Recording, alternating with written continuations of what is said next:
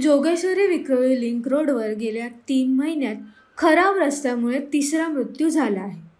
पवई प्लाझाजवळ राहुल विश्वकर्मा हे घरी परतत असताना त्यांच्या दुचाकीचा तोल गेला आणि ते रस्त्यावर पडले।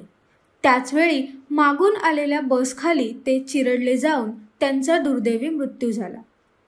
या घटनेनंतर परिसरातील नागरिकांमध्ये संताप व्यक्त होत आहे। आमदार दिलीप लांडे यांनी घटनास्थळी जाऊन अधिकाऱ्यांना घेऊन परिस्थितीची पाहणी केली। त्यांनी तात्काळ रस्ता दुरुस्त करण्याचे आदेश दिले आणि चेतावणी दिली की 72 तासात रस्ता दुरुस्त झाला नाही तर संबंधित अधिकाऱ्यांच्या कानचिलात लगावेन। लांडे यांनी स्वतः खड्डे बुजवण्यास सुरुवात केली आणि म्हणाले, आम्ही बाळासाहेबांचे शिवसैनिक आहोत। सत्ता असली तरी जनतेसाठी रस्त्यावर उतरून काम करायची शिकवण आम्हाला आहे। या घटनेनंतर प्रशासनाने रस्ता दुरुस्तीचे काम तत्काळ सुरू करण्याचे आश्वासन दिले असून पोलिसांनी पुढील तपास सुरू केला आहे। प्रशासनाची जिम्मेदारी आहेच, परंतु प्रशासन जर कुठं कमी पडत असेल तर लोकप्रतिनिधीची जिम्मेदारी आहे की ते करून घेणं। त्या दृष्टिकोनातून या रस्त्यावरती या 2 महिन्यामध्ये 3 कार्यकर्त्यांचे तरुणांचे या ठिकाणी अपघात झालेले आहेत आणि त्यात जीव गेलेला आहे।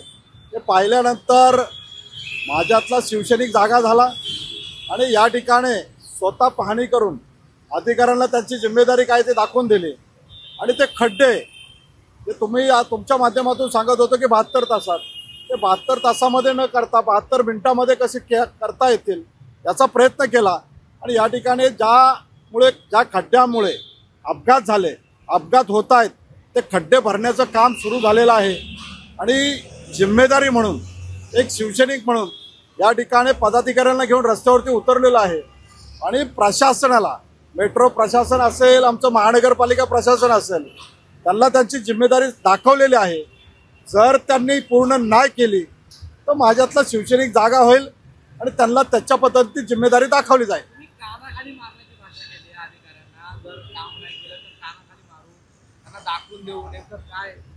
कसं आहे, छडी लागे छमछम विद्या हे गमगम, कानाखाली सणकवल्यानंतर त्यांना त्यांची जिम्मेदारी समजते आणि म्हणून तीच भाषा, तेच काम त्यांना दाखवलेलं आहे आणि त्यांनी नाही केलं तर तशाच पद्धतीने याच्यापूर्वी अनेक ठेकेदारांना मारलेलं आहे, अनेक अधिकाऱ्यांना त्यांची जिम्मेदारी दाखवलेली आहे।